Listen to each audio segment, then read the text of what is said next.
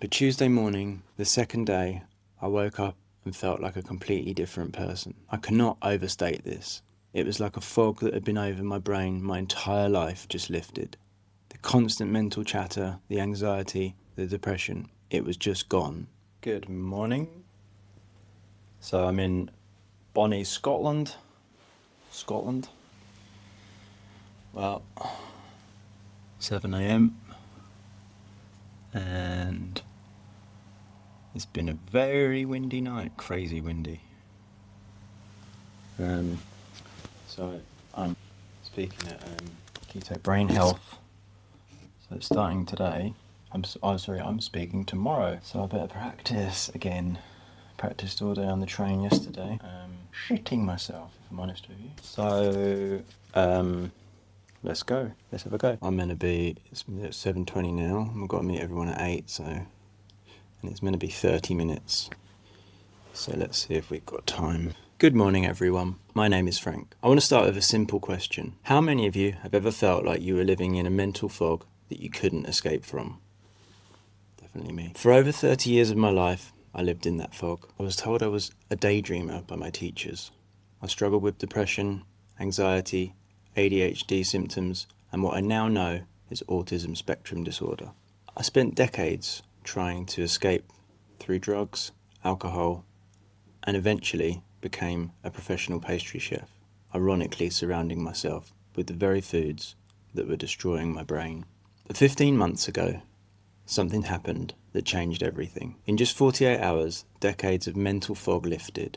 Today, I want to share with you that story, because if it can happen for me, I truly believe it can happen for you too.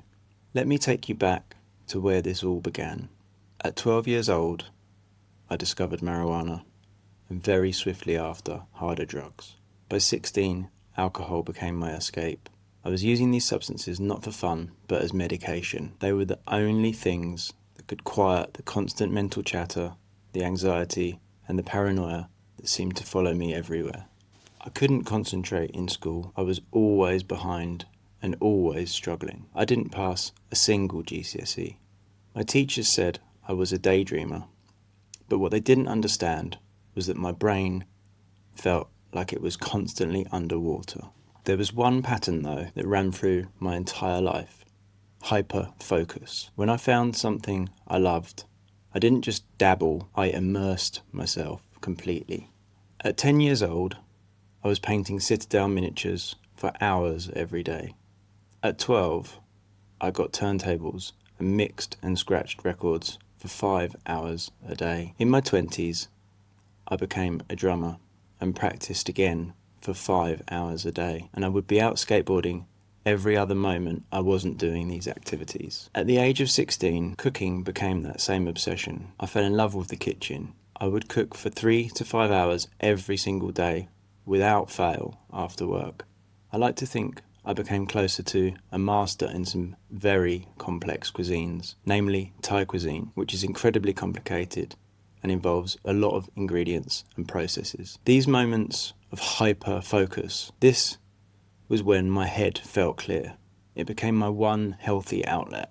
But outside of those moments, I was lost. By my mid-20s, my lifestyle had escalated to seriously dangerous levels. I was partying every weekend without fail, using cocaine and ecstasy very heavily, and drinking excessively.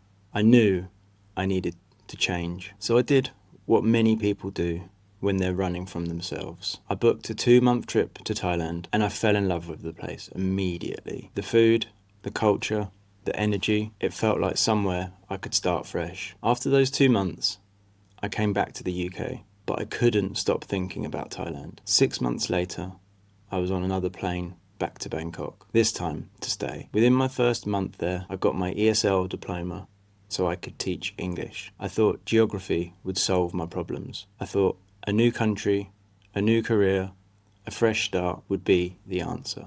But you can't run from your brain chemistry. Even in Thailand, I continued drinking heavily every weekend just to cope with the stress of a new career teaching in Thailand. Eventually, I ended up in the hospital with gastritis from alcoholism.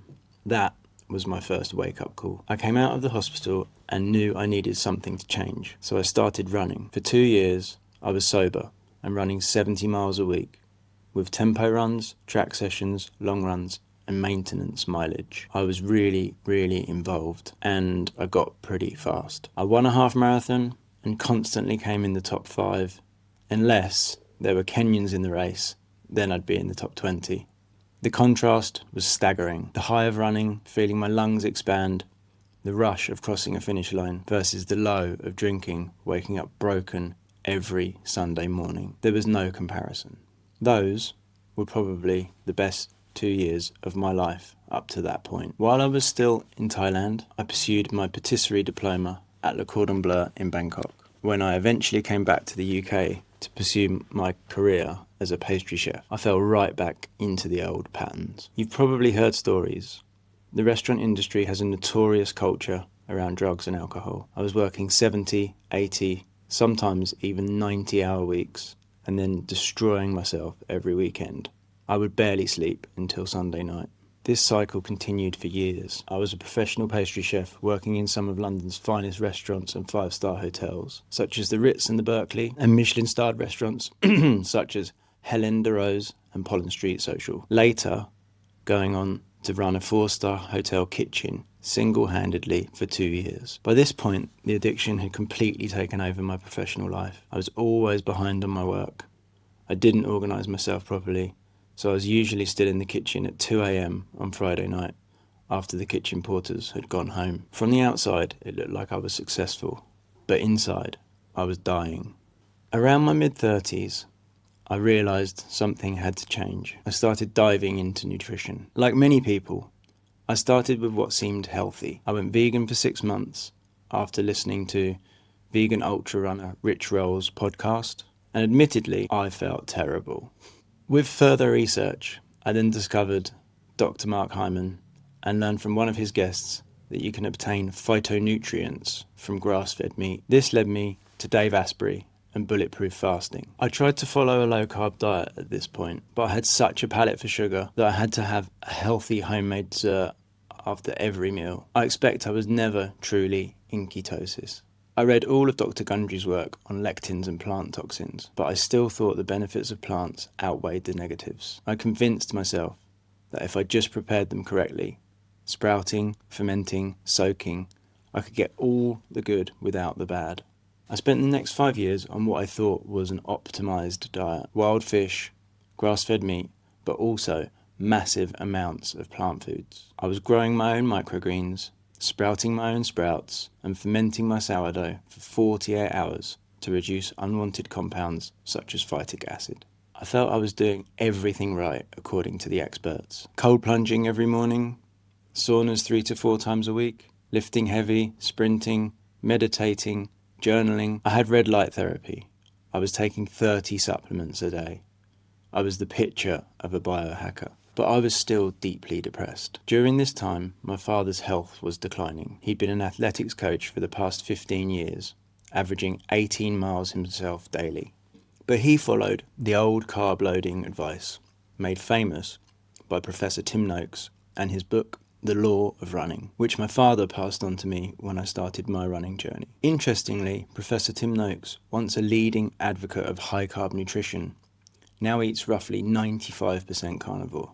He has successfully managed his type 2 diabetes through this way of eating, and has even moved on to revise his own literature to reflect what he has experienced firsthand. But back then, the advice was all about carbohydrates. My father would eat half a loaf of bread for breakfast with margarine, eat 5 to 10 potatoes at a meal, and anywhere up to 10 pieces of fruit per day. His diet contained nearly no animal protein or fat. After he stopped coaching, he developed type 2 diabetes within 2 years. And 2 years after that, Lewy body dementia. Watching him decline was heartbreaking. It was slow at first, but became more apparent in the last 4 years before his death. We had carers with him, and he became increasingly difficult towards them. They were all very different characters, and some he got on better with than others. But he became very, very difficult and became someone unlike himself, often a little bit rude, offensive and abrasive, really, unfortunately, not a fault of his own. Then, in the last year, he became too much for the carers. We moved him between facilities,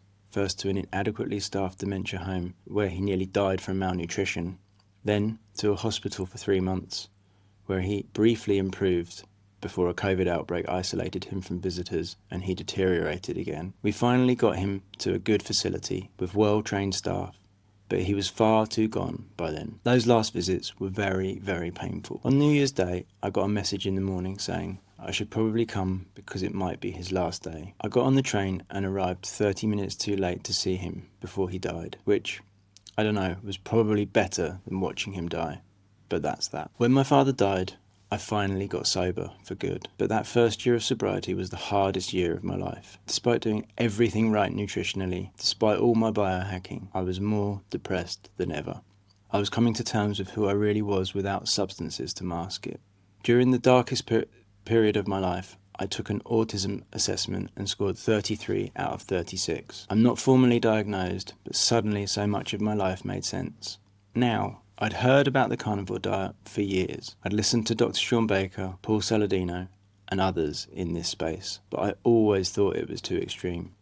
I was convinced I needed all those plant foods for their polyphenols and fibre, but I was desperate. I had tried everything else. So 15 months ago, I decided to give it a shot. I remember it clearly. It was a Sunday. I had a very meat-heavy breakfast with my last piece of homemade sourdough bread. That evening, I had a completely animal-based dinner. Monday, I committed fully. Just beef, lamb, eggs, and a little homemade ketchup I made from tomato concentrate, allulose, and raw apple cider vinegar to make the transition smoother. I felt fine the first day, but interesting, but nothing dramatic. But Tuesday morning, the second day, I woke up and felt like a completely different person. I cannot overstate this. It was like a fog that had been over my brain my entire life just lifted. The constant mental chatter, the anxiety, the depression, it was just gone. I walked to the seafront that morning and it felt like I didn't even touch the ground. I actually got out my phone and recorded myself because I couldn't believe what I was experiencing. Very out of character for such an introvert. I was crying with relief, but also crying partly with anger. Relief that I finally felt clear. Anger that it had taken this long to find it, and the answer being so simple. For the first time in my adult life, my mind was quiet and clear. That was 15 months ago, and I haven't looked back. Now, I'm not a doctor or researcher like many of the other speakers here today, but I want to share what I believe happened in my brain during those 48 hours. For years, I was consuming massive amounts of plant compounds. Oxalates, lectins, phytates, salicylates. My gut was constantly inflamed from all the fibre I thought I needed. My blood sugar was on a roller coaster despite eating healthy carbs. When I went carnivore, several things happened simultaneously. First, I eliminated all the plant toxins that were causing chronic inflammation in my brain. We now know that neuroinflammation is a major driver of depression, anxiety, and brain fog. Second, I stabilised my blood sugar and insulin levels. No more glucose spikes and crashes that were driving mood swings and energy crashes. Third, I entered a state of nutritional ketosis. My brain finally had a clean, steady fuel source. Ketones are the brain's preferred fuel, and they have neuroprotective properties.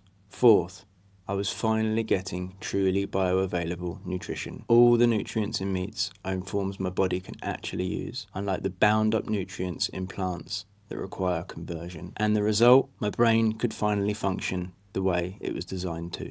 Now, I jumped in overnight, which isn't the recommended way, but I was desperate. I got off pretty lightly with just a small headache on day 5. When I first started, I was ravenously hungry, eating up to 2 kilos of meat a day. Even with that, I dropped down to 62 kg, which was actually underweight for me. Over the next 6 months, I gained 8 kilograms back and have held steady there ever since. Looking back, I believe the hunger was my body repairing itself, rebalancing hormones like leptin and ghrelin. Over time, as I adjusted my fat to protein ratios and added resistance training, my appetite normalized and my body found its set point. It's been quite a journey of healing and rebuilding. These days, I eat about 1 kilo of meat a day, with some additional, occasional butter, cheese and eggs. I do eat oily fish a few times a week, and I try to throw some organs in where possible. Today, I sleep better with less sleep. My sleep quality has improved dramatically, even though I need fewer hours. I have mental clarity I never thought possible.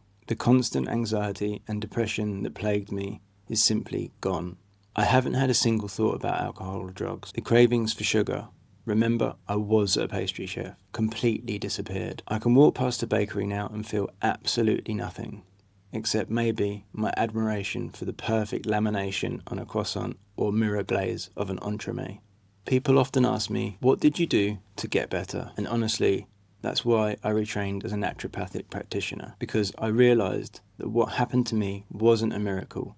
It was biochemistry. And if it worked for someone as damaged as I was, it can work for others too.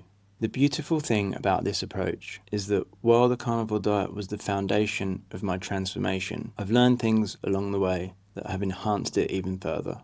I learned what real hunger actually feels like. Not cravings, not boredom, not emotional emptiness masked as appetite, but genuine physical hunger. I found that cold exposure and saunas now feel like the icing on the cake of how good I can feel every day. I learned to listen to my body's signals instead of fighting against them. Each insight built on the last, creating a deeper understanding of how my body actually works when you give it the right inputs. And remember, I used to take 30 supplements a day. Now, I don't take any supplements at all anymore, except for occasional use of Richard's incredible MCTs, ketones, and electrolytes. If you're sitting here today feeling like you tried everything, like nothing works for you, I want you to know that there's hope. Sometimes the answer isn't adding more things, more supplements, more therapies, more complexity. Sometimes the answer is taking things away. For me, it was taking away the very foods I thought were keeping me healthy. I'm living proof that transformation is possible, and if my story resonates with you, I'd love to connect and share more about what made this possible. Thank you. Okay, so that clocked in at, I must have been a couple of minutes at the beginning, so that's 22 minutes. It's a little bit short. What am I going to do? Needs to be, well, it's already submitted, so might have to think of a plan B. Well, I thought you might find that interesting anyway. So we are off in 15 minutes and should be a great day. Richard's speaking at some point. Richard Smith, that is. Dr. Abs is speaking tomorrow. Lots of other interesting speakers there regarding mental health and all sorts of other topics. So should be a great couple of days. So cheers, bye-bye.